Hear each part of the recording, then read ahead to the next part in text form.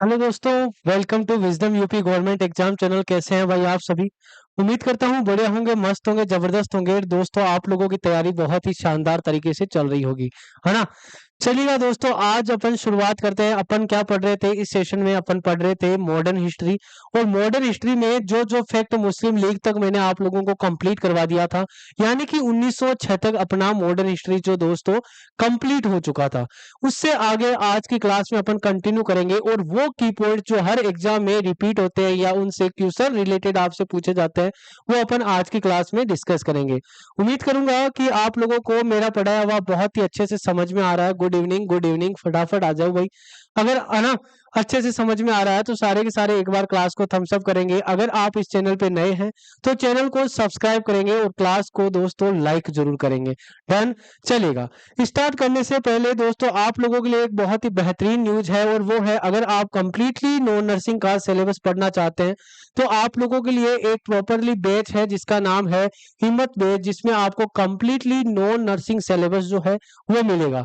अगर आपको दोस्तों रीजनिंग पढ़नी है, मैथ्स पढ़नी है, जीके, जीएस, हिंदी, इंग्लिश, या इसके अलावा अगर आपको कंप्यूटर भी पढ़नी है तो दोस्तों आप लोगों के लिए बहुत ही बेहतरीन बैच होने वाला है ना? आप लोगों के लिए दोस्तों बहुत ही बेहतरीन बैच होने वाला है। अगर कोई डाउट है तो आप लोग मुझे कमेंट बॉक्स में जरूर बताएंगे। अगर आपको इस कोर्स में परचेज करने में कोई भी किसी भी प्रकार का इश्यू आ रहा है तो आप लोगों को एक नंबर डायल करना है, और वो कौन सा?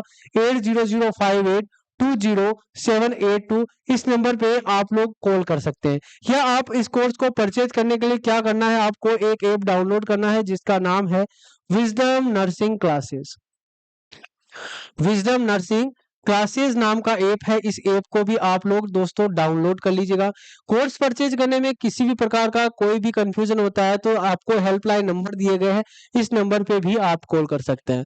तो कैसी लगती है हमारी क्लास? आप लोगों को हमारा कंटेंट कैसा लगता है?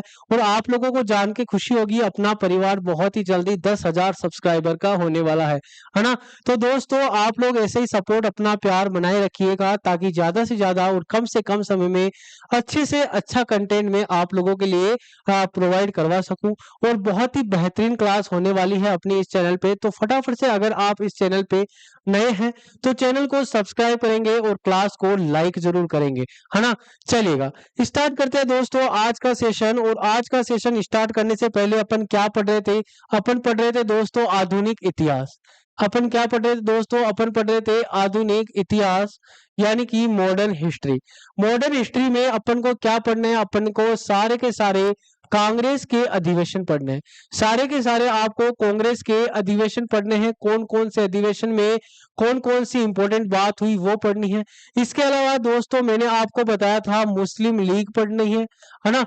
मुस्लिम लीग पढ़ने हैं। सारे के सारे स्वतंत्रता आंदोलन पढ़ने हैं जो आपके एग्जाम से रिलेटेड पूछे जा सकते हैं। सारे के सारे स्वतंत्रता संग्राम आपको पढ़ने हैं, ठीक है? इसके अलावा आपको सारी की सारी समितियां, जो उन दिनों जितने भी कमीशन आए थे, समितियां आई थी, उनके बारे में मैं आपको बताऊंगा, ठीक है? ये सारे के सारे फैक्ट आपको किस में पढ़ने होते हैं? ये सारे के सारे फैक्ट आपको आधुनिक इतिहास में पढ़ने होते हैं। यानी आधुनिक इतिहास की बात करूं तो कहां से लेके कहां तक? तो 1885 से लेके जब तक अपना भारत आजाद नहीं हुआ, यानी कि 1947 के बीच जितने भी इवेंट आते हैं वो अपन मॉडर्न हिस्ट्री के तहत पढ़ते हैं, है ना? और भी बहुत सारे फैक्ट है, मैं यहाँ पे नहीं लिख सकता, उसको अपन स्टेप बाय स्टेप आप लोगों को मैं लिखवा दूंगा, कोई दिक्कत वाली बात नहीं है। चलिएगा दोस्तों स्टार्ट करते हैं, और यहाँ से स्टार्ट करते हैं अपन कहाँ से? 1906 तक। 1906 तक, और 1906 में दोस्तों मुस्लिम लीग की जो स्थापना होती है वहां तक मैंने आपको कंप्लीट करवा दिया था, है ना? मुस्लिम लीग की स्थापना तक मैंने आप लोगों को कंप्लीट करवा दिया था। आज अपन क्या पढ़ेंगे दोस्तों? गुड इवनिंग, गुड इवनिंग भाई। क्लास को शेयर और लाइक जरूर करेंगे आप लोग, है ना? क्लास को शेयर और लाइक जरूर करेंगे क्योंकि बहुत ही बेहतरीन कंटेंट आप लोगों को मिलने वाला है आज की क्लास में। चलेगा, बात करते हैं दोस्तों 1907 के सूरत अधिवेशन के बारे में। अगर मैंने पहले बता रखा है तो कमेंट बॉक्स में आप लोग बताएंगे कि 1907 का जो कांग्रेस अधिवेशन है जिसको बोला जाता है सूरत अधिवेशन। क्या बोला जाता है? जिसको बोला जाता है दोस्तों सूरत अधिवेशन। ये जो सूरत अधिवेशन है ये जो सूरत अधिवेशन है दोस्तों, तो इसकी अध्यक्षता किसने की थी? बहुत बार एग्जाम में आपसे पूछा जा सकता है कि सूरत अधिवेशन की जो है अध्यक्षता वो किसने की थी। तो आप सभी को पता होना चाहिए किसका नाम दोस्तों, रास बिहारी बोस का नाम, रास बिहारी बोस का नाम आप लोगों को याद होना चाहिए। रास बिहारी बोस का नाम आप लोगों को याद होना चाहिए। और सूरत अधिवेशन में यानी कि 1907 के अधिवेशन में, 1907 अधिवेशन में इंपॉर्टेंट बात क्या हुई, कांग्रेस जो है, कांग्रेस दो गुटों में विभाजित हो गई, दो गुटों में विभाजित हो गई, ये आप लोगों को याद रखना है ना। फटाफट आ जाओ भाई, क्लास में जितने भी आ रहे हैं, क्लास में सभी आ जाएंगे, बिल्कुल गुड इवनिंग, है ना। चलेगा। अब मैं कुछ ऐसे आज आप लोगों को वन लाइनर के एक ऐसे ऐसे फैक्ट लिखवाने वाला हूं जो प्रीवियस ईयर में आपसे पूछे गए हैं, है ना। वो सारे के सारे फैक्ट मैं आपको आज की क्लास में लिखवाने वाला हूं। तो आप लोग उसको वन लाइनर को नोट्स बनाते जाइएगा और उनको लिखते जाइएगा। वो क्वेश्चन प्रीवियस ईयर क्वेश्चन है, पूछे गए हैं, मैं आपको लिखवाऊंगा। आज की क्लास पूरी की पूरी प्रीवियस ईयर के पेपर पे डिपेंड रहेगी दोस्तों, है ना। तो रेडी है आप सभी? अगर आपको वाकई में क्लास अपनी अच्छी लग रही है तो वही क्लास को एक बार क्लास के कमेंट बॉक्स में आप लोग सारे के सारे थम्स अप करेंगे, है ना। और अपन क्लास बहुत ही शानदार तरीके से स्टार्ट करने वाले हैं।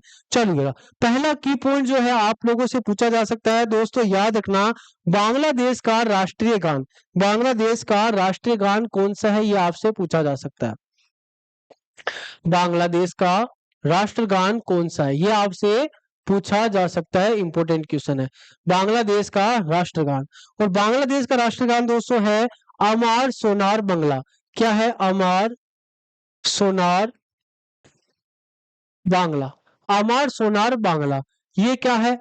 बांग्लादेश का राष्ट्रगान है, पूछा गया है एग्जाम में, है ना, पूछा गया है एग्जाम में। और इसको किसने लिखा था दोस्तों? इसको लिखा था रविंद्रनाथ टैगोर का नाम आप लोग याद रखेंगे। किसका नाम? रविंद्रनाथ टैगोर का नाम आप लोग याद रखेंगे। ये जो है वो लिखा था रविंद्रनाथ टैगोर ने, बांग्लादेश का राष्ट्रगान। ठीक है, चलिएगा। पहला कांग्रेसी नेता कौन था? ये भी क्वेश्चन पूछा गया है। पहला कांग्रेसी नेता, पहला कांग्रेसी नेता अगर आपसे पूछ ले, डायरेक्ट क्वेश्चन पूछ ले, तो भाई आपको याद रखना है, क्वेश्चन बहुत इंपॉर्टेंट है। और इनका नाम आप लोग याद रखेंगे, बाल गंगाधर तिलक, बाल गंगाधर तिलक का नाम आप लोग याद रखेंगे, बाल गंगाधर तिलक का नाम आप लोग याद रखेंगे। और ये भी याद रखेंगे भाई, स्वतंत्रता के लिए ये 3 बार जेल जा चुके हैं। कितनी बार? 3 बार इनको जेल हो चुकी है स्वतंत्रता के लिए। बाल गंगाधर तिलक की बुक्स भी मैंने आप लोगों को बताई थी, गरम दल नरम दल भी मैंने आप लोगों को बताया था पिछली क्लास में। फटाफट बाल गंगाधर तिलक की दोस्तों आप लोग बुक्स बता दीजिएगा, है ना। चलिएगा, नेक्स्ट में बात करता हूं, है ना। लास्ट में अगर इनकी बात करें, लास्ट में इनको कहाँ की जेल में डाला गया था, तो दोस्तों जैसे कि मैंने बताया था 1908 से लेके 14 तक, 1908 से लेके 14 तक इनको बर्मा की मांडले जेल, बर्मा की मांडले जेल में इनको डाला गया था। ये क्वेश्चन पूछा गया है, मांडले जेल में इनको डाला गया था। और ये क्वेश्चन दोस्तों पूछा गया है, इसलिए मैं आप लोगों को लिखवा रहा हूं, है ना। कोई डाउट है तो जरूर आप लोग कमेंट बॉक्स में बताएंगे, है ना। तो बर्मा की मांडले जेल में 1908 से लेकर 1914 तक क्या किया गया, तो पहला कांग्रेसी नेता जिनका नाम है बाल गंगाधर तिलक, बाल गंगाधर तिलक, ठीक है, जो गरम दल के नेता थे, और इनको बर्मा की मांडले जेल में डाला गया, मांडले जेल में डाला गया, ये आप लोग याद रखेंगे। अब क्वेश्चन पूछा जाता है दोस्तों शिकागो सम्मेलन से, बहुत इंपॉर्टेंट क्वेश्चन है। शिकागो सम्मेलन कब हुआ? सबसे पहले ये क्वेश्चन पूछा जाता है आपसे, शिकागो सम्मेलन, शिकागो सम्मेलन कब हुआ, ये आप लोग याद रखेंगे भाई, है ना। शिकागो सम्मेलन कब हुआ ये भी आप लोग याद रखेंगे। और शिकागो सम्मेलन होता है दोस्तों 1893 में, 1893 में। और कहां पर? तो ये होता है अमेरिका में। कहां पर होता है? ये होता है अमेरिका में, ये आप लोग याद रखना। और ये सर्वधर्म सम्मेलन इसको बोला जाता है। इसको क्या बोला जाता है? इसको सभी धर्मों के लोग आए थे, तो इसलिए इसको सर्वधर्म सम्मेलन भी बोला जाता है, आप लोग इसको याद रख लेंगे। ठीक है, और इसमें विशेष तौर से किसने भाग लिया दोस्तों, क्यों बता रहा हूं, क्योंकि इसमें भाग लिया था दोस्तों विवेकानंद जी ने। किसने, विवेकानंद जी ने, जिनका बचपन का नाम भी आपसे पूछा जाता है, फटाफट कमेंट बॉक्स में बताएंगे इनके बचपन का नाम क्या था दोस्तों, नरेंद्र था। एग्जाम में आपसे पूछा जा सकता है ना। तो विवेकानंद जी गए थे इसमें, किसमें, सर्वधर्म सम्मेलन में, जो शिकागो में हुआ, और कब हुआ, 1893 में हुआ। कब हुआ दोस्तों, 1893 में। आज ओनली की पॉइंट्स पढ़ेंगे, प्रीवियस ईयर क्वेश्चन पढ़ेंगे। ठीक है, ये जो फैक्ट है वो आप लोग, उम्मीद करूंगा आप लोगों को बहुत ही अच्छे से समझ में आ जाएगा।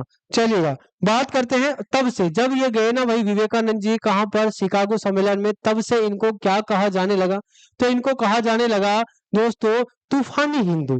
क्या, इनका एक उपनाम हो गया, इनका एक उपनाम निकाल दिया गया, और कौन सा उपनाम, तो तूफानी हिंदू का उपनाम निकाल दिया गया, तूफानी हिंदू कहा जाने लगा इनको। आज भाई कमेंट बॉक्स में ध्यान नहीं रहेगा मेरा, है ना। आज अपन ओनली की पॉइंट्स पढ़ेंगे। डन, चलिएगा, बात करते हैं दोस्तों अनुशीलन समिति। ये कुछ समितियां, डायरेक्ट शॉर्टकट में क्वेश्चन पूछा जाता है आपसे, और आपसे पूछा जाएगा अनुशीलन समिति, अनुशीलन समिति आपसे पूछा जा सकता है, क्या नाम, अनुशीलन, अनुशीलन समिति का नाम। तो दोस्तों ये किसके द्वारा, तो याद रखना, बंगाल में, बंगाल में पी मित्रा, बंगाल में पी मित्रा के द्वारा इसका क्या किया गया, इसकी स्थापना की गई। बहुत इंपॉर्टेंट है, बंगाल में इसकी स्थापना हुई थी पी मित्रा के द्वारा। आप लोग इसको याद कर लेंगे, पी मित्रा का नाम आप लोग याद रखेंगे, है ना। तो बंगाल में पी मित्रा के द्वारा इसका दोस्तों क्या किया गया था, इसका उद्घाटन, इसका स्थापना की गई थी। और इसकी उद्देश्य क्या था, अनुशीलन समिति का उद्देश्य अगर आपसे पूछ ले कि इसका उद्देश्य क्या था, तो भाई खून के बदले खून, बहुत इंपॉर्टेंट है। क्या, खून के बदले खून, इसका जो उद्देश्य था वो लिख लीजिएगा कि गरम दल के नेता ही थे इसमें वैसे मेनली, और खून के बदले खून, खून के बदले खून, यानी कि बिल्कुल तूफानी तरीके से, बिल्कुल तूफानी तरीके से आपको क्या करना है, अंग्रेजों का विरोध करना है। किसका उद्देश्य था, ये अनुशीलन समिति का था। और बंगाल में पी मित्रा का नाम आप लोग याद रखेंगे, द्वारा इसकी स्थापना होती है, इसकी स्थापना होती है। ये क्वेश्चन पूछा गया एग्जाम में, इसलिए मैं आप लोगों को लिखवा रहा हूं। तो शिकागो सम्मेलन कब हुआ, एक बार कमेंट बॉक्स में सभी लिखेंगे भाई, एक बार सभी लिखेंगे, शिकागो सम्मेलन कब हुआ, तो 1893 में। कहां पर हुआ, तो भाई याद रखना अमेरिका में हुआ। इसमें अपने भारत की तरफ से कौन गए थे, तो विवेकानंद जी गए थे। विवेकानंद जी का बचपन का नाम आपसे पूछा जाता है, और इनके बचपन का नाम नरेंद्र था, है ना। और वहां जाने के बाद में इनका एक उपनाम निकाल दिया गया, तूफानी हिंदू।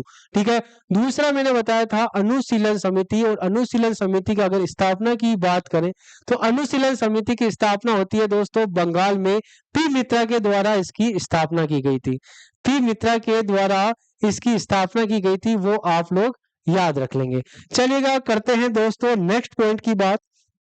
ठीक है, नेक्स्ट पॉइंट क्या है कि भारतीय असंतोष का जनक किसको कहा गया। ये बहुत बार एग्जाम में पूछा जाता है, भारतीय असंतोष का जनक किसको कहा गया। सभी कमेंट बॉक्स में आंसर करेंगे, भारतीय असंतोष का जनक जो है वो किसको कहा गया। सभी कमेंट बॉक्स में सभी का आंसर आना चाहिए भाई।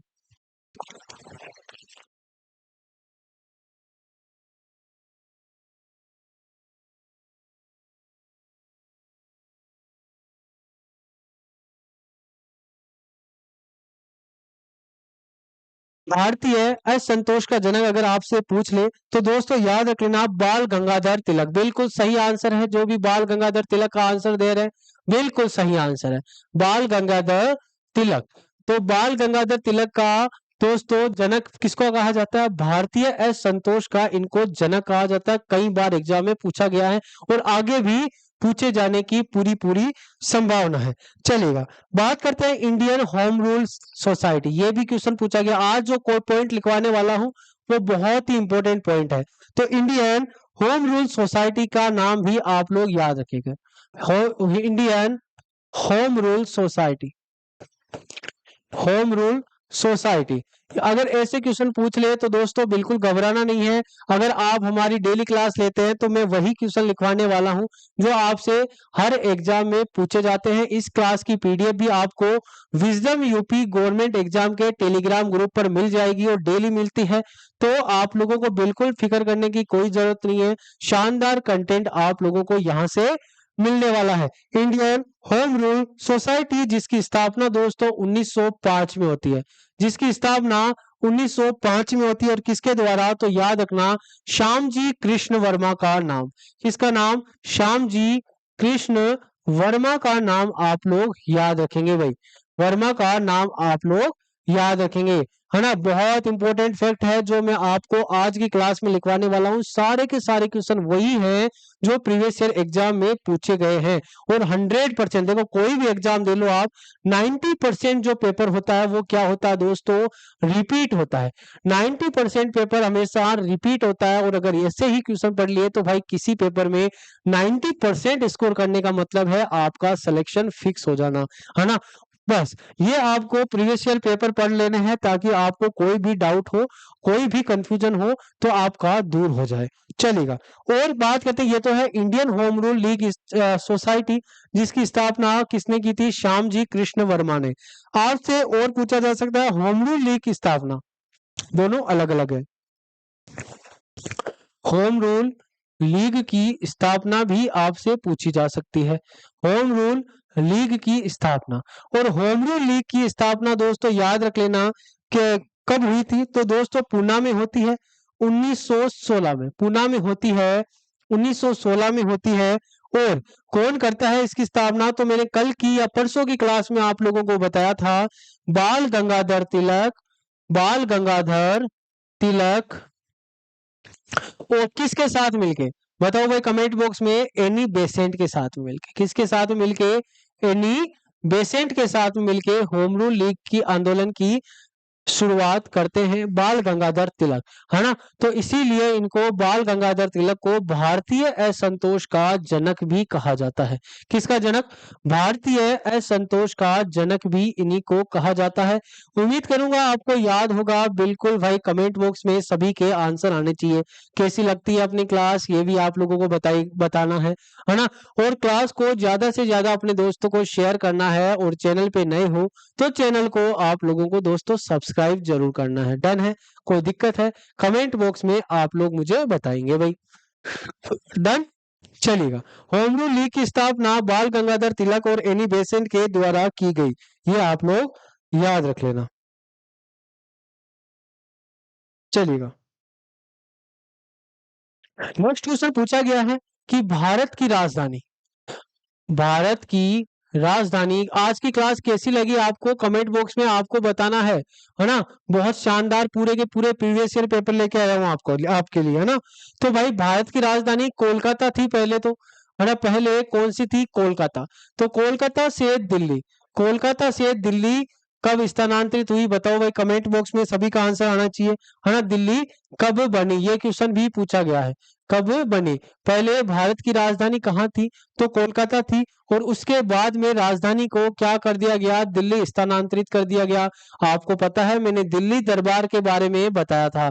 बताओ भाई दिल्ली दरबार, दिल्ली दरबार कितने हुए? 3 दिल्ली दरबार होते हैं और तीसरे दिल्ली दरबार में ये घोषणा की जाती है कि अब भारत की राजधानी कोलकाता नहीं है, दिल्ली है। फाइनली बनी कब? 1911 में। पूछ ले तो इस चीज की घोषणा हुई थी 1911 में। 1911 में जब दिल्ली दरबार लगता है, जब दोस्तों दिल्ली दरबार लगता है तब इस चीज की घोषणा होती है। और फाइनली 1912 में, 1912 में फाइनली क्या बन जाती है? दिल्ली राजधानी बन जाती है, दिल्ली राजधानी बन जाती है। ये आप लोगों को पता होना चाहिए, दिल्ली राजधानी बन जाती है। ये फैक्ट आप लोग जितना याद रखोगे, क्योंकि क्वेश्चन भाई ऐसे ही आपसे एग्जाम में पूछे जाते हैं, यकीन नहीं मानो तो आप लोग प्रीवियस ईयर पेपर को उठा के देख लो, है ना। या आप लोग कोई भी यूट्यूब पे किसी भी एग्जाम का मॉडर्न हिस्ट्री के प्रीवियस ईयर क्वेश्चन उठा के देख लो, यही क्वेश्चन एग्जाम में पूछे जाते हैं, है ना। अगर वाकई में सही कर रहा हूं तो भाई एक बार आप लोग कमेंट बॉक्स में बोलेंगे कि सर बिल्कुल जो भी एग्जाम, कितने बच्चे ऐसे हैं जो प्रीवियस कभी एग्जाम दिए हैं, है ना। अगर जिसमें नॉन नर्सिंग आती हो तो आप लोग मुझे बताएंगे भाई। चलिएगा, नेक्स्ट पॉइंट में आपको बता देता हूं, है ना। नेक्स्ट पॉइंट में आपको बता देता हूँ और क्या क्वेश्चन पूछा गया है ना। कौन आए थे वैसे इस दिल्ली दरबार में, लिख लो। इस दिल्ली दरबार में जब दिल्ली की घोषणा हुई तो जॉर्ज पंचम और क्वीन मेरी का नाम आप लोग याद रखना, वैसे मैं बता चुका हूँ। जॉर्ज पंचम व क्वीन मेरी, इनका नाम आप लोग याद रख लेंगे, इनका नाम आप लोग याद रखेंगे, ये आए थे दिल्ली में ये। चलिएगा, नेक्स्ट पॉइंट कौन सा है? नेक्स्ट पॉइंट कौन सा है? नेक्स्ट पॉइंट है दोस्तों गदर पार्टी, है ना। क्या गदर मचाई और गदर पार्टी की स्थापना किसने की और कब हुई, ये आपसे पूछा जा सकता है। फटाफट कमेंट बॉक्स में आंसर आने चाहिए भाई, फटाफट कमेंट बॉक्स में आपके आंसर आने चाहिए कि गदर पार्टी की जो स्थापना होती है वो किसने और कब की, बताओ।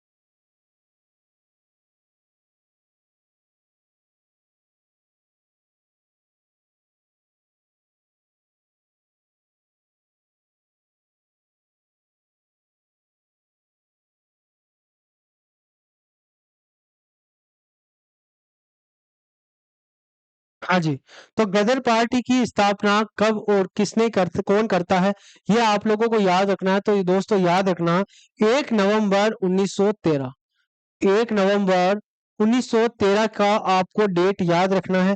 और लाला हरदयाल के नेतृत्व में, इनका नाम भी आप लोग याद रखना, लाला हरदयाल, लाला हरदयाल के नेतृत्व में इनकी लीडरशिप में क्या होती है, इनकी लीडरशिप में ही होती है दोस्तों क्या, गदर पार्टी की स्थापना।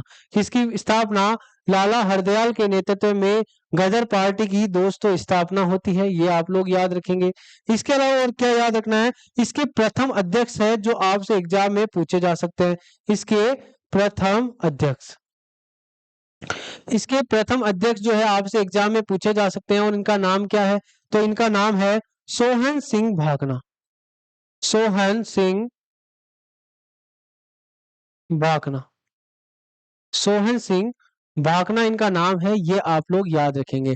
तो गदर पार्टी की स्थापना होती है 1 नवंबर 1913 को लाला हरदयाल के नेतृत्व में, लाला हरदयाल के नेतृत्व में। और इसके प्रथम अध्यक्ष बनाए जाते हैं, और किसको बनाया जाता है? सोहन सिंह भाकना को इसका प्रथम अध्यक्ष बनाया जाता है।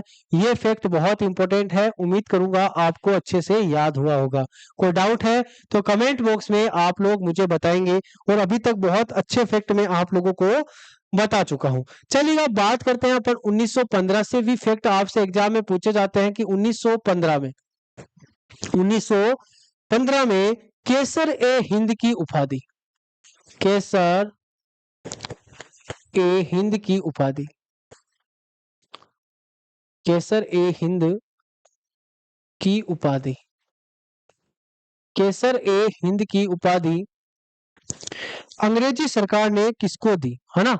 बहुत बार एग्जाम में पूछा जाता है। 1915 में केसर की उपाधि किसने दी, तो दोस्तों अंग्रेजों के द्वारा दी गई ये उपाधि है। किसके द्वारा? अंग्रेजों के, ब्रिटिश शासन के द्वारा दी गई ये उपाधि है। किसको दी ये आपको बताना है, तो दोस्तों इसका आंसर आप लोग याद रखेंगे। केसर ए हिंद की उपाधि महात्मा गांधी को दी गई थी। किसको दी गई थी? महात्मा गांधी को दी गई थी, ये आप लोग याद रखेंगे। महात्मा गांधी को किसने? अंग्रेजों के द्वारा दी गई थी 1915 में। अच्छा फैक्ट है, क्वेश्चन वापस रिपीट हो सकता है कि कब दी गई, तो 1915 में आप लोगों को ये याद रख लेना है, ठीक है। उसके बाद में 1915 के बाद में 1916 आप लोग याद रखेंगे। और 1916 में ऐसी क्या बात हुई जो आपको याद रखनी है, तो दोस्तों याद कर लीजिएगा। गांधी जी ने 1916 में, गांधी जी ने 1916 में गांधी जी ने साबरमती आश्रम की स्थापना करी थी। कौन से आश्रम की? साबरमती आश्रम की स्थापना करी थी, ये आप लोग याद रखेंगे। साबरमती आश्रम की स्थापना कौन करता है? तो याद रखना दोस्तों, साबरमती आश्रम की स्थापना करते हैं गांधी जी, और कब करते हैं? तो 1916 में करते हैं। कब करते हैं? 1916 में करते हैं। आप लोग जरूर इसको याद रखेंगे। ठीक है, कोई दिक्कत है तो मुझे कमेंट बॉक्स में आप लोग बताएंगे भाई। डन? कोई दिक्कत बताओ। चलिएगा, 1916 की बात कर लेना है। और अब पूछा जाता है गांधी जी का पहला सत्याग्रह, भी आपसे एग्जाम में पूछा जाता है। गांधी जी का गांधी जी का पहला सत्याग्रह भी आपसे एग्जाम में पूछा जाता है। गांधी जी का पहला सत्याग्रह, ये भाई कहाँ हुआ था? तो दोस्तों याद रखना, गांधी जी ने जो अपना पहला सत्याग्रह कर दिया था, वो दक्षिण अफ्रीका में ही स्टार्ट कर दिया था। कब? दक्षिण अफ्रीका में ही स्टार्ट कर दिया था, ये आप लोग याद रखेंगे, है ना। दक्षिण अफ्रीका में ही स्टार्ट कर दिया था गांधी जी ने अपना पहला सत्याग्रह। ठीक है, और भारत में अगर आपसे पूछे, दोनों अलग अलग फैक्ट है, याद रखना। गांधी जी का पहला सत्याग्रह पूछो तो दक्षिण अफ्रीका, और गांधी जी का भारत में पहला सत्याग्रह कहाँ हुआ? भारत में पहला सत्याग्रह, पहला सत्याग्रह, है ना। आज कमेंट बॉक्स बंद है भाई, है ना। आज कमेंट में बिल्कुल ध्यान नहीं देंगे। आज कमेंट बॉक्स मैंने ही हाइड कर दिया है, कोई बात नहीं होगी, सिर्फ काम की बात होगी, सिर्फ पढ़ाई की बात होगी, है ना। तो बिल्कुल टेंशन मत लेना, है ना। तो गांधी जी का भारत में पहला सत्याग्रह अगर आपसे पूछ ले तो याद रखना, चंपारण बिहार। कहाँ? चंपारण। चंपारण, और चंपारण दोस्तों कहाँ है? बिहार में। तो बिल्कुल कंफ्यूज नहीं होना है, दोनों के दोनों फैक्ट मैंने आपको बता दिए। गांधी जी का पहला सत्याग्रह दक्षिण अफ्रीका में, और गांधी जी का भारत में पहला सत्याग्रह पूछ ले तो चंपारण बिहार। कहाँ पर? चंपारण बिहार का नाम आप लोग याद रख लेंगे। बताओ भाई, कोई डाउट है कमेंट बॉक्स में बताइएगा आप लोग, है ना। बताओ। चलेगा, चंपारण बिहार। आज ओनली प्रीवियस ईयर की क्लास चलेगी, प्रीवियस ईयर क्वेश्चंस की क्लास चलेगी। चलो, अब और गांधी जी के बारे में क्या याद रखना है? गांधी जी की पहली भूख हड़ताल कहाँ हुई? गांधी जी की गांधी जी की पहली भूख हड़ताल, पहली भूख हड़ताल, गांधी जी की पहली भूख हड़ताल।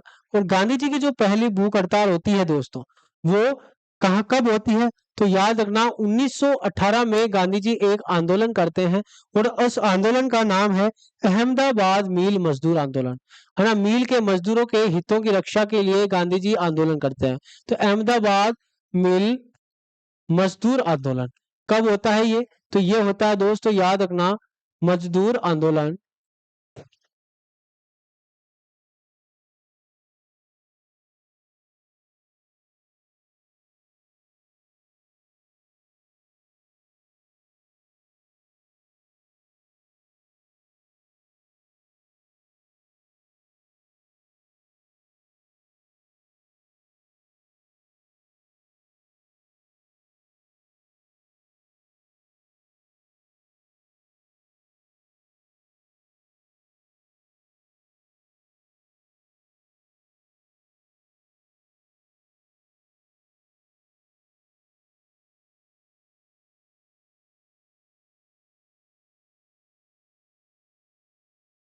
चलेगा।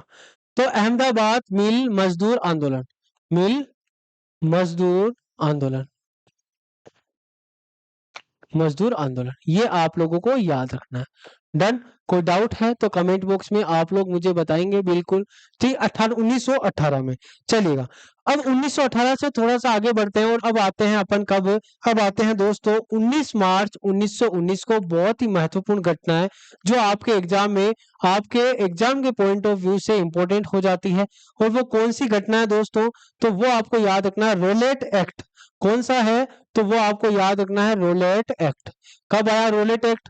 तो आप लोग इसकी डेट भी याद रख लेंगे, 19 मार्च 1919। 19 मार्च 1919 की डेट आप लोग याद रख लेंगे। डन? 19 मार्च 1919 की डेट आप लोग याद रख लेंगे। क्या हुआ था 19 मार्च 1919 को? तो भाई रोलेट एक्ट आया था। इस एक्ट के तहत ऐसा मुकदमा चलाया गया था कि कोई भी अरेस्ट वारंट जारी मत करो, डायरेक्ट आप लोग जिस पे शक हो उसको गिरफ्तार कर लो। ये अंग्रेजों के द्वारा रोलेट एक्ट आया था और इसको महात्मा गांधी ने, इसको गांधी जी ने काला कानून कहा था। गांधी जी ने क्या कहा था इसको? गांधी जी ने इसको काला कानून कहा था, है ना। बहुत बार पूछा जाता है गांधी जी ने इसको काला कानून कहा। और इसमें ऐसा स्पेशल क्या था भाई काला कानून के कारण? तो भाई इसमें बिना मुकदमा गिरफ्तार कर लो, बिना मुकदमा किए, बिना मुकदमा किए क्या कर लो? गिरफ्तार कर लो, बिना मुकदमा किए गिरफ्तार, है ना। ये फरमान आया था अंग्रेजों की तरफ से कि जिस पे भी कोई डाउट हो कि भाई ये अशांति फैला रहा है, ये असंतोष फैला रहा है, जिस पे भी डाउट हो आपको मुकदमा ही नहीं करना, डायरेक्ट उसको गिरफ्तार कर लेना है। ये रूलेट एक्ट के द्वारा एक आदेश आया था। ठीक है, तो दोस्तों याद रख लेना है ना। इसको क्या कहा जाता है और क्या कहा इसमें? ये कहा ना अपील। देखो ये लाइन आप लोग याद रखेंगे, ना अपील, ना वकील, ना अपील, ना वकील, ना अपील, ना वकील, ना दलील, ना दलील। ये नाम आप लोगों को याद रख लेना है ना। ऐसा कानून है। तो इस कानून के दो उपनाम आप लोग याद रखेंगे कि गांधी जी ने इसको काला कानून कहा और इस कानून को और क्या क्या कहा गया इस रोलेट एक्ट को कि ना अपील, ना वकील, ना दलील कानून भी इसी को कहा गया। और कब हुआ था? इसकी इंपॉर्टेंट डेट याद रखना 19 मार्च 1919 को। 19 मार्च 1919 को ये जो रोलेट एक्ट है वो आता है। डन, बताओ भाई कोई दिक्कत किसी को? या और जब ये बात कर ली तो इससे मिलता जुलता एक और आपसे पूछा जा सकता है और वो हुआ था दोस्तों कांड। कब? तो वो हुआ 13 अप्रैल 1919 को। आप फटाफट कमेंट बॉक्स में बताएंगे कि 13 अप्रैल 1919 को ऐसा क्या हुआ।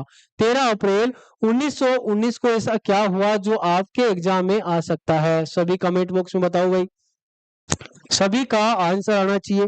कमेंट बॉक्स में सभी का आंसर आना चाहिए कि 13 अप्रैल 1919 को ऐसा क्या हुआ कि अपने लिए वो चीज है जो इंपॉर्टेंट हो जाती है। बताओ, बताइएगा।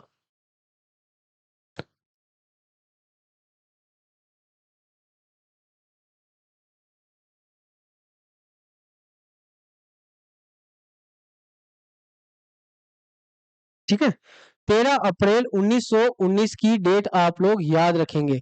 कोई दिक्कत है तो मुझे कमेंट बॉक्स में आप लोग जरूर बताएंगे। 13 अप्रैल 1919 बिल्कुल सही आंसर आ रहा है और बिल्कुल जलियांवाला बाग हत्याकांड, जलियांवाला बाग हत्याकांड, जलियांवाला बाग हत्याकांड आप लोग याद रखेंगे। जलियांवाला बाग हत्याकांड जो है वो आप लोग याद रखेंगे। उम्मीद करूंगा बढ़िया से आप लोगों को समझ में आएगा, है ना। कोई डाउट है तो मुझे आप लोग कमेंट बॉक्स में जरूर बताइएगा। गोली किसने चलाई थी दोस्तों? तो याद रखना गोली चलाई थी, है ना, पंजाबियों पे। किसने? तो याद रखना जनरल डायर ने। किसने? जनरल डायर ने क्या चलाई? अंधाधुंध गोलियों की बारिश कर दी। जलियांवाला एक अमृतसर में जगह है वहां पर। ठीक है, और इस कांड के कारण, इस कांड के कारण क्या हुआ, इस कांड के क्या क्या बेड इफेक्ट हुए? तो दोस्तों तीन बंदे ऐसे थे जिन्होंने अंग्रेजों के द्वारा जो उपाधि दी गई थी उनका त्याग कर दिया। बहुत बार एग्जाम में पूछा जाता है ना। जलियांवाला बाग हत्याकांड के कारण तीन ऐसे स्वतंत्रता सेनानी थे जिन्होंने, उनको क्या मिली थी भाई? अंग्रेजों के द्वारा कुछ उपाधियां मिली थी और उन्होंने त्याग कर दिया। तो बात बताओगे, आप लोग बोलोगे कि सर कौन कौन से वो थे? तो सबसे पहले मैं बात करता हूं किसका दोस्तों? महात्मा गांधी का। महात्मा गांधी का। तो महात्मा गांधी को अंग्रेजों ने, अभी मैंने थोड़ी देर पहले बताया था कि महात्मा गांधी को अंग्रेजों ने कौन सी उपाधि दी थी? तो बिल्कुल कौन सी उपाधि दी थी? केसर ए हिंद की उपाधि दी थी। तो लिख लीजिएगा कि जो अंग्रेजों के द्वारा उपाधि दी गई थी कौन सी? केसर ए हिंद की उपाधि। केसर ए हिंद की उपाधि क्या कर दी दोस्तों? त्याग दी। क्या कर दी? त्याग दी, उपाधि वापस लौटा दी। तो आप लोगों को याद रखना है। दूसरे कौन थे? दूसरों का नाम भी आप लोग याद रखेंगे। और कौन? तो राय बहादुर का नाम आप लोग याद रखेंगे। किसका नाम? राय बहादुर की उपाधि मिली थी, वैसे जमनालाल बजाज को ये लिख लो पहले, है ना। किसको? जमनालाल बजाज को। जमनालाल बजाज कौन थे? जमनालाल बजाज, तो भाई दोस्तों याद रखना, महात्मा गांधी के पांचवें पुत्र इनको कहा जाता है। इंपॉर्टेंट फैक्ट है, याद करेंगे। जमनालाल बजाज को गांधी जी का पांचवा पुत्र कहा जाता है। गांधी जी का पांचवा पुत्र, गांधी जी का पांचवा पुत्र कहा जाता है जमनालाल बजाज को। और जमनालाल बजाज को अंग्रेजों के द्वारा एक उपाधि दी गई थी जिसका नाम है राय बहादुर। एग्जाम में क्वेश्चन ऐसे भी पूछा जा सकता है कि अंग्रेजों के द्वारा राय बहादुर की उपाधि है ना, किसको दी गई? तो याद रखेंगे जमनालाल बजाज को। क्या कहा गया? राय बहादुर। क्या कहा गया दोस्तों? राय बहादुर। ये आप लोग याद रखेंगे, राय बहादुर का नाम आप लोग याद रखेंगे। डन? कोई दिक्कत? बताओ। चलिएगा, बात करते हैं तीसरे व्यक्ति कौन थे। तो तीसरे तो सभी जानते हैं, मैंने बताया था रविंद्रनाथ टैगोर का नाम। रविंद्रनाथ टैगोर का नाम मैंने आपको बताया था। बताओ। रविंद्रनाथ टैगोर, इनको अंग्रेजों ने कौन सी उपाधि दी थी? तो सर की उपाधि दी थी। कौन सी? सर की उपाधि दी थी। और ये तीनों की तीनों उपाधियां इन तीनों बंदों ने जलियांवाला बाग हत्याकांड के कारण क्या कर दिया दोस्तों? तीनों की तीनों उपाधियां जो है वो लौटा दी या त्याग दी, है ना। ये आप लोग फैक्ट याद कर लीजिएगा। बताओ कितना अच्छा इंपॉर्टेंट कंटेंट मैंने आप लोगों को अवेलेबल करवाया। अगर वाकई में आप लोग प्रीवियस ईयर पेपर देते हैं, अगर वाकई में आप लोग तैयारी करते हैं, तो आपको अपनी इस नोट्स का एक एक पॉइंट, एक एक लाइन इंपॉर्टेंट लगेगी, है ना। क्योंकि वो फालतू चीज ना तो मैं लिखवाता हूं, ना मुझे आप लोगों को कहानी सुनानी है। मुझे आपको वही फैक्ट बताना है जो एग्जाम में आपसे पूछा जाएगा या पूछे जाने की पूरी पूरी संभावना है। बताओ भाई, कोई डाउट? डन है। तो महात्मा गांधी ने केसर हिंद उपाधि त्याग दी, जमनालाल बजाज ने राय बहादुर की उपाधि त्याग दी, और रविंद्रनाथ टैगोर ने सर की उपाधि त्याग दी। किस कांड के बाद, है ना, किस हत्याकांड के बाद? ये क्वेश्चन पूछ ले तो क्या बोलोगे?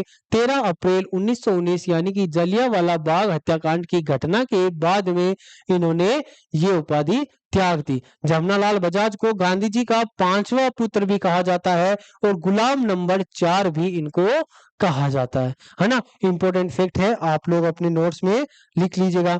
अब चलो भाई, जलियांवाला बाग हत्याकांड के बारे में एक पॉइंट और बता देता हूं। किसके बारे में? जलियांवाला हत्याकांड। जलियांवाला बाग हत्याकांड। जलियांवाला बाग हत्याकांड की जांच के लिए यह भी क्वेश्चन पूछा गया है। जलियांवाला बाग हत्याकांड की जांच के लिए कौन सा कमीशन नियुक्त हुआ था, है ना। कौन सा कमीशन नियुक्त हुआ था?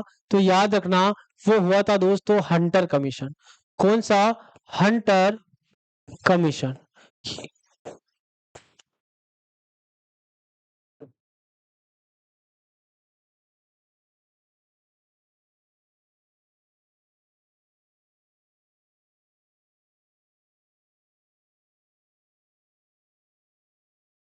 ठीक है, हंटर कमीशन लागू हुआ था, हंटर कमीशन आया था। और ये कब आता है? तो ये 19 अक्टूबर 1919 को, है ना। 19 अक्टूबर 1919 को हंटर कमीशन आता है जलियांवाला बाग हत्याकांड की जांच करने के लिए। और इसमें दोस्तों एक फैक्ट जरूर याद कर लीजिएगा। इसमें क्या इंपॉर्टेंट है? इसमें 5 तो अंग्रेज थे इस कमीशन में, इस आयोग में। 5 तो अंग्रेज थे और 3 भारतीय थे, है ना। ये भी नया क्वेश्चन है, आपसे पूछा जा सकता है। इसमें 5 अंग्रेज थे और 3 भारतीय थे। किसमें? हंटर कमीशन में। और हंटर कमीशन क्यों आया था? तो जलियांवाला बाग हत्याकांड की जांच के लिए आया था। ये आप लोग याद करना। तो इस हंटर कमीशन में भाई ज्यादा संख्या किसकी थी? अंग्रेजों के। तो सीधी सी बात है कि जो फेवर लेना था किसका? अंग्रेजों का ही लेना था। तो इस समिति से, इस कमीशन से अपने जो भारत के कुछ नेतागण थे वो संतुष्ट नहीं हुए, है ना, खुश नहीं हुए। तो दोस्तों उन्होंने अपना एक अलग ही क्या बना लिया, एक आयोग नियुक्त किया। तो याद रख लेना, है ना, याद रखना मदन मोहन मालवीय का नाम। क्या याद रखोगे? मदन मोहन मालवीय का नाम आप लोग याद रखेंगे। तो दोस्तों मदन मोहन मालवीय ने के नेतृत्व में, ये फैक्ट आप लोग याद रखना, मदन मोहन मालवीय के नेतृत्व में, मदन मोहन मालवीय के नेतृत्व में एक आयोग नियुक्त किया गया, एक आयोग नियुक्त किया गया। किसके नेतृत्व में? मदन मोहन मालवीय के नेतृत्व में एक आयोग नियुक्त किया गया। ठीक है, एक आयोग नियुक्त किया गया जिसमें मोतीलाल नेहरू और गांधी जी थे। जिसमें कौन कौन थे? मोतीलाल नेहरू थे, मोतीलाल नेहरू, और कौन थे दोस्तों? गांधी जी थे।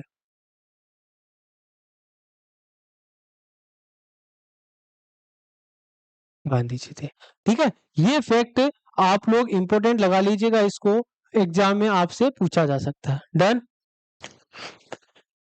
लिख लो भाई, जितना मैंने आपको पढ़ा दिया इसको आपको लिख लेना है, क्योंकि बहुत इंपॉर्टेंट फैक्ट है जो मैं आप लोगों के लिए लेके आया हूं, और उम्मीद करूंगा जितना मैंने आपको पढ़ा दिया आपको बहुत अच्छे तरीके से याद भी होगा।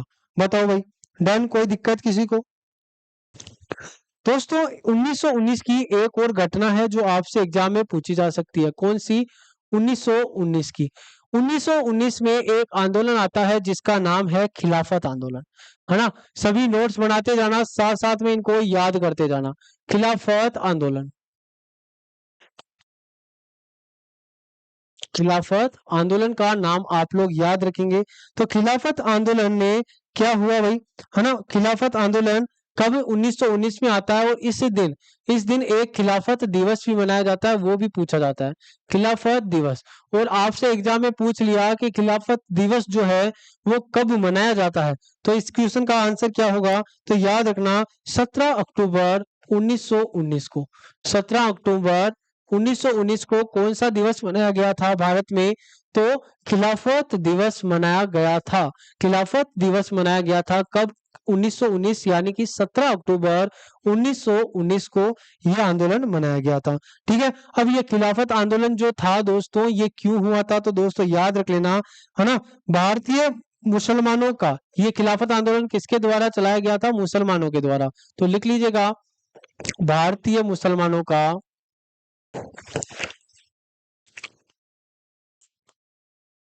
भारतीय मुसलमानों का राष्ट्र के विरुद्ध, राष्ट्र के विरुद्ध, भारतीय मुसलमानों का राष्ट्र के विरुद्ध, विशेषकर टर्की और ब्रिटेन के खिलाफ, विशेषकर टर्की व ब्रिटेन के खिलाफ, ब्रिटेन के खिलाफ ये आंदोलन चलाया गया था। और इसको नाम क्या दिया गया? इसको नाम दिया गया दोस्तों खिलाफत आंदोलन। कब स्टार्ट हुआ था? 1919 में। खिलाफत दिवस कब मनाया जाता है? 17 अक्टूबर 1919 को मनाया गया था। ये आप लोग याद रखेंगे भाई। बताओ, कोई डाउट?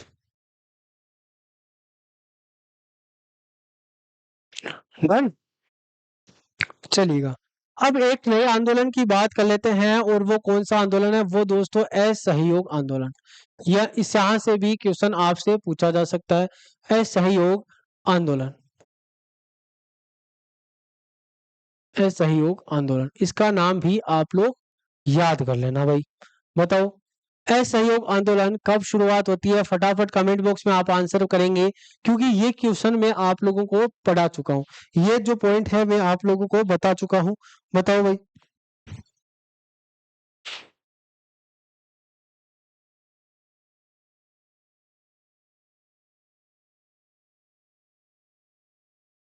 बताओ,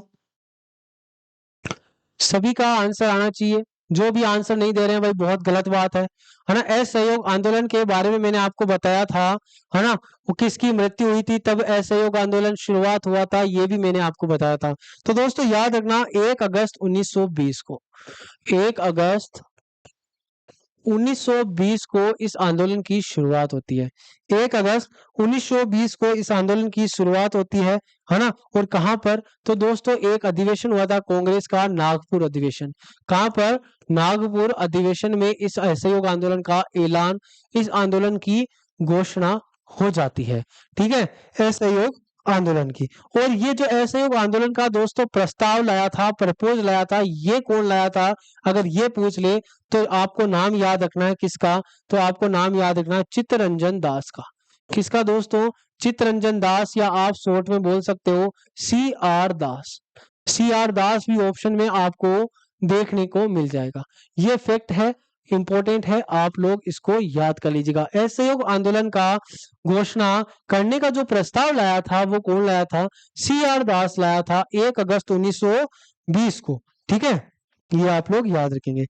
तो दोस्तों अगर 1 अगस्त 1920 को इस आंदोलन की क्या होती है? शुरुआत होती है।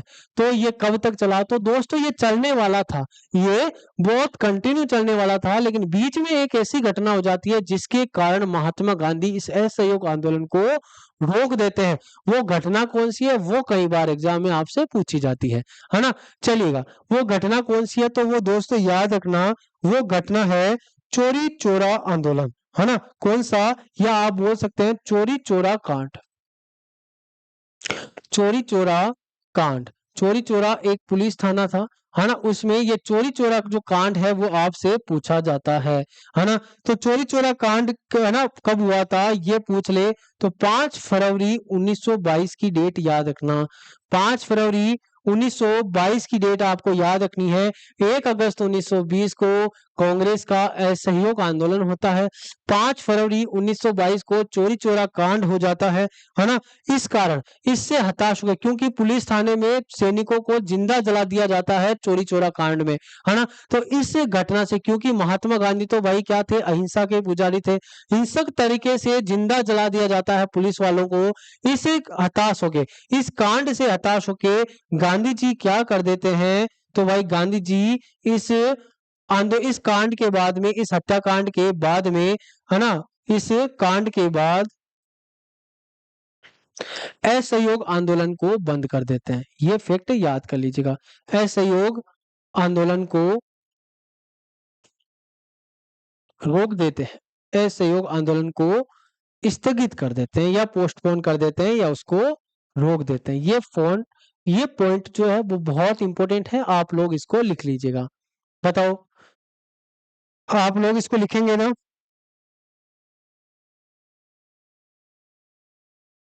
समझ आ रहा है? कोई दिक्कत किसी को? फटाफट कमेंट बॉक्स में बताओ भाई। बिल्कुल बिल्कुल, सभी को बताना है।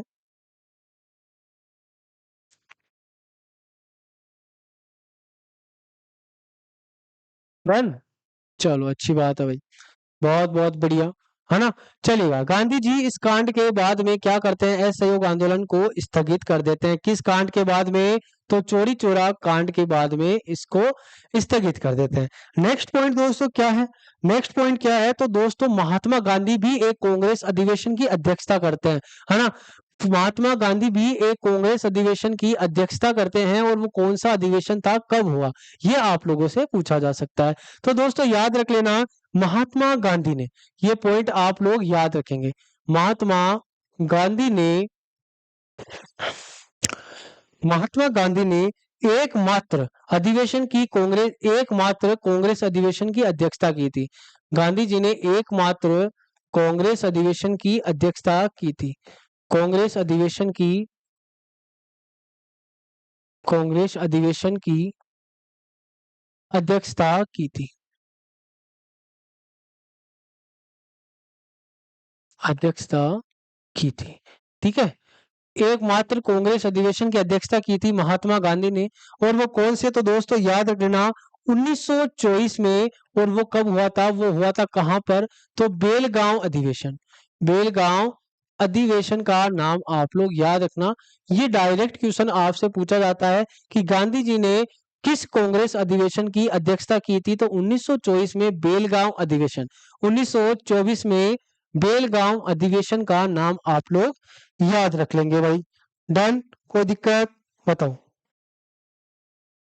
है ना? ये पॉइंट आपको याद रखना है कि 1924 में बेलगांव अधिवेशन की अध्यक्षता की थी महात्मा गांधी ने। डन, चलिए नेक्स्ट क्वेश्चन पूछा जाता है आपसे, कौन सा? हिंदुस्तान हिंदुस्तान सोशलिस्ट, हिंदुस्तान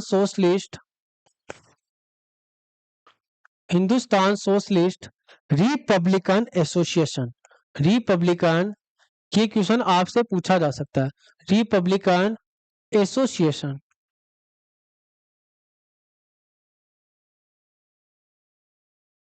एसोसिएशन, यहाँ से क्या क्या क्वेश्चन पूछा जाएगा कि ये एसोसिएशन है, इसकी स्थापना कब और किसने की, है ना। क्या नाम है, हिंदुस्तान सोशलिस्ट रिपब्लिकन एशियन, इसकी स्थापना कब हुई और इसकी स्थापना किसने की। ये बहुत इंपॉर्टेंट फैक्ट है जो हर एग्जाम में आपसे पूछा जाएगा। है किसी को याद तो कमेंट बॉक्स में बताओ भाई, है किसी को याद, कमेंट बॉक्स में आप लोगों को बताना है इस क्वेश्चन का आंसर, बताइएगा, बताओ।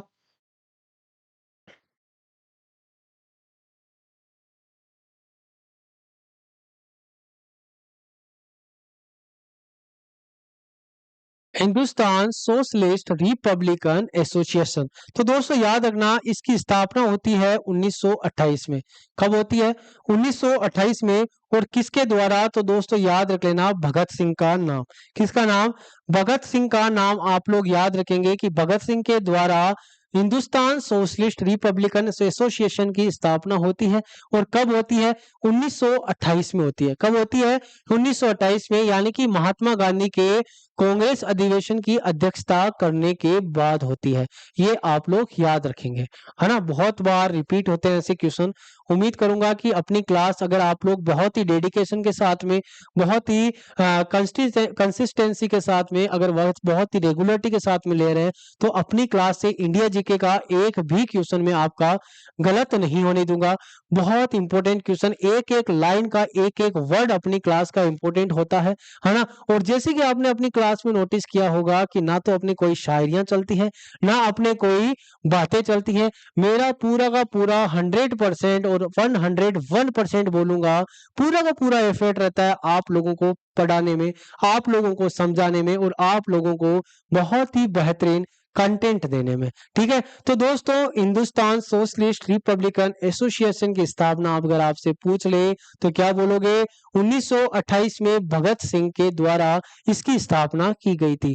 महात्मा गांधी ने एकमात्र कांग्रेस अधिवेशन की अध्यक्षता की थी, वो कौन सा था, वो 1924 का कांग्रेस अधिवेशन था। और कहां पर हुआ था, बेलगांव में हुआ था।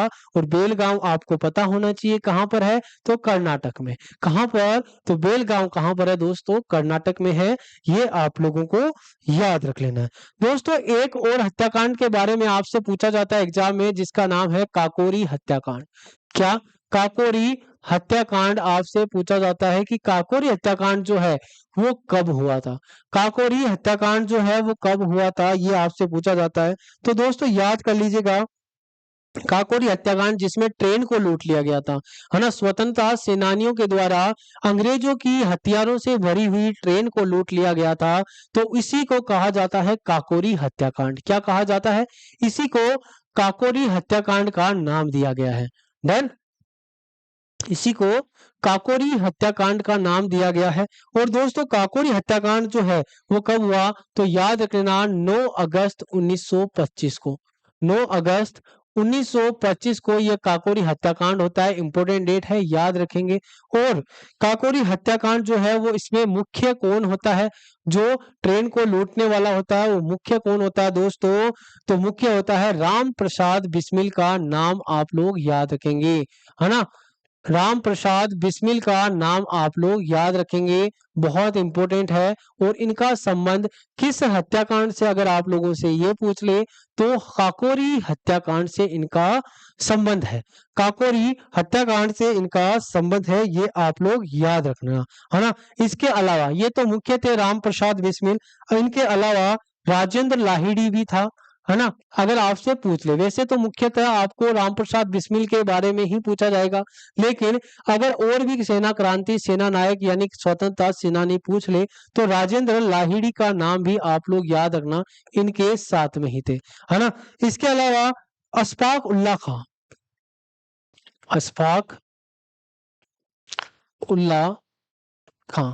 अशफाक उल्लाह खां का संबंध भी किस कांड से है, किस हत्याकांड से है? तो भाई 9 अगस्त 1925 के काकोरी हत्याकांड से है। और इसमें एक और सेनानी हुए थे जिनका नाम क्या था, इन्हीं से जुड़ा हुआ, जिन्होंने भी रामप्रसाद बिस्मिल की सहायता करी थी, और इनका नाम है दोस्तों सचिंद्र सान्याल।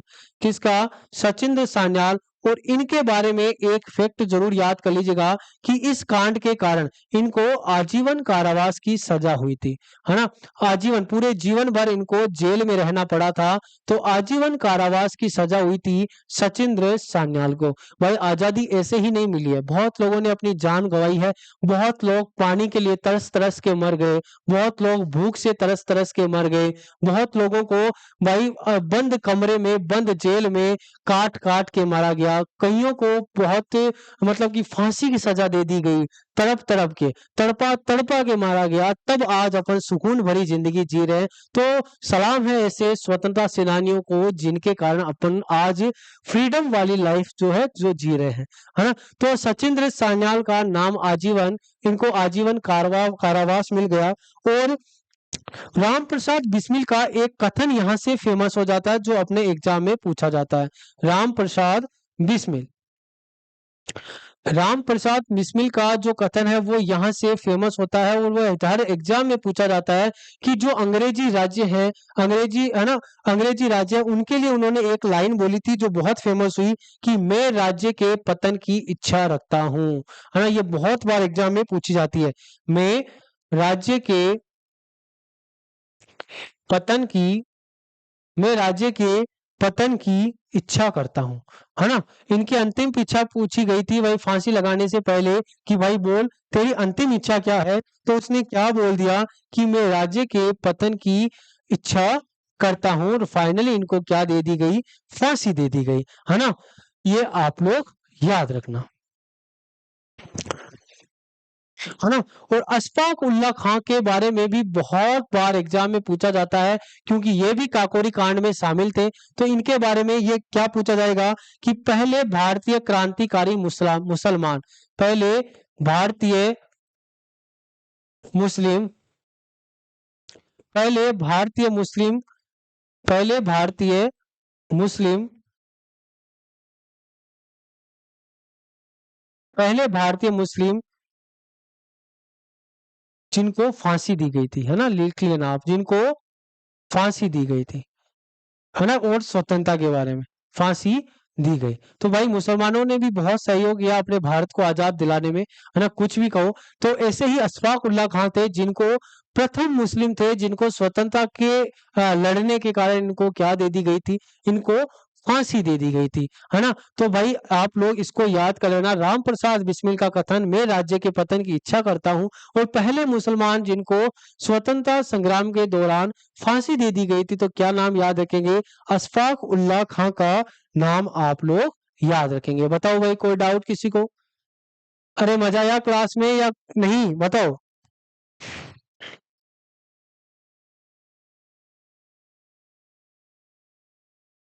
ठीक है, चलिएगा। व्हाइट मैन कमीशन किसको कहा जाता है? व्हाइट मैन कमीशन किसको कहा गया, ये क्वेश्चन पूछा गया है।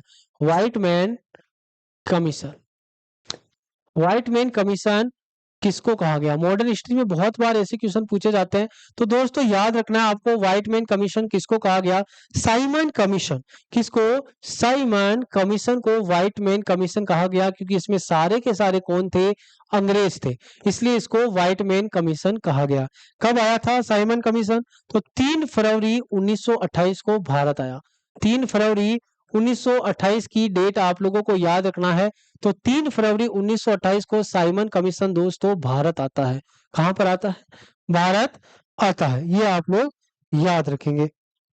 ठीक है, ये आप लोग याद रखेंगे, साइमन कमीशन भारत आया, है ना? और साइमन कमीशन के विरोध में, तो साइमन कमीशन के विरुद्ध विरोध करने में, साइमन कमीशन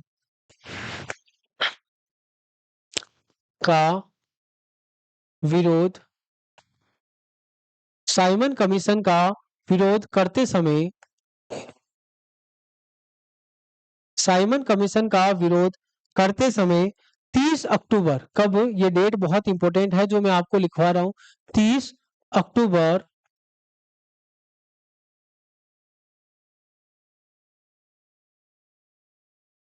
30 अक्टूबर 1928 को 30 अक्टूबर 1928 को 30 अक्टूबर 1928 को पुलिस लाठी चार्ज में पुलिस लाठी चार्ज में किसकी मृत्यु हो जाती है दोस्तों? वैसे आपने मूवी देखी होगी तो नाम याद रखना, लाला लाजपत राय। लाला लाजपत राय की मृत्यु हो जाती है। लाला लाजपत राय की मृत्यु हो जाती है। ये आप फैक्ट है जो याद कर लीजिएगा, मृत्यु हो जाती है। ये इंपॉर्टेंट फैक्ट है, आप लोग याद करेंगे। अरे करेंगे ना भाई, कोई डाउट है तो मुझे कमेंट बॉक्स में आप लोग बताएंगे। ठीक है, तो भाई कैसी लगी आज की क्लास? आज की क्लास यहीं पे रोकते हैं और बहुत ही उम्मीद करूंगा कि बहुत ही शानदार कंटेंट आपको आज की क्लास का लगा होगा।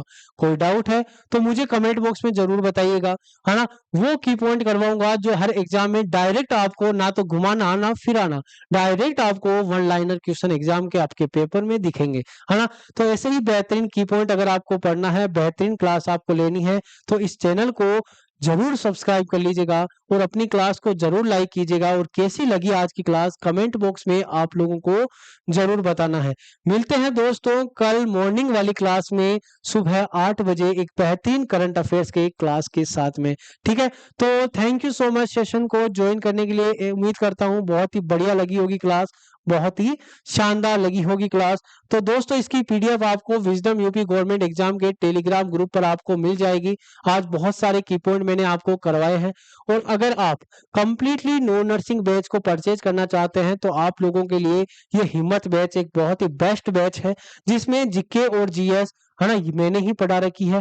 रीजनिंग और मैथ्स आपके अभिजीत सर ने पढ़ा रखी है ना। और इस कोर्स की जो प्राइस रखी गई है मात्र 499 रुपए रखी गई है। इस कोर्स को आप परचेज करके अपनी तैयारी को और भी बेहतरीन बना सकते हैं, है ना। और अगर आपको कोई भी डाउट होता है तो दोस्तों आपको हेल्पलाइन नंबर भी दिए गए, इस पे भी आप हमें कॉल कर सकते हैं। और आप विजडम नर्सिंग क्लासेस का ऐप भी डाउनलोड कर लीजिएगा। ठीक है, थैंक यू सो मच। मिलते हैं कल मॉर्निंग वाली क्लास में, तब तक के लिए good night, take care, best of luck.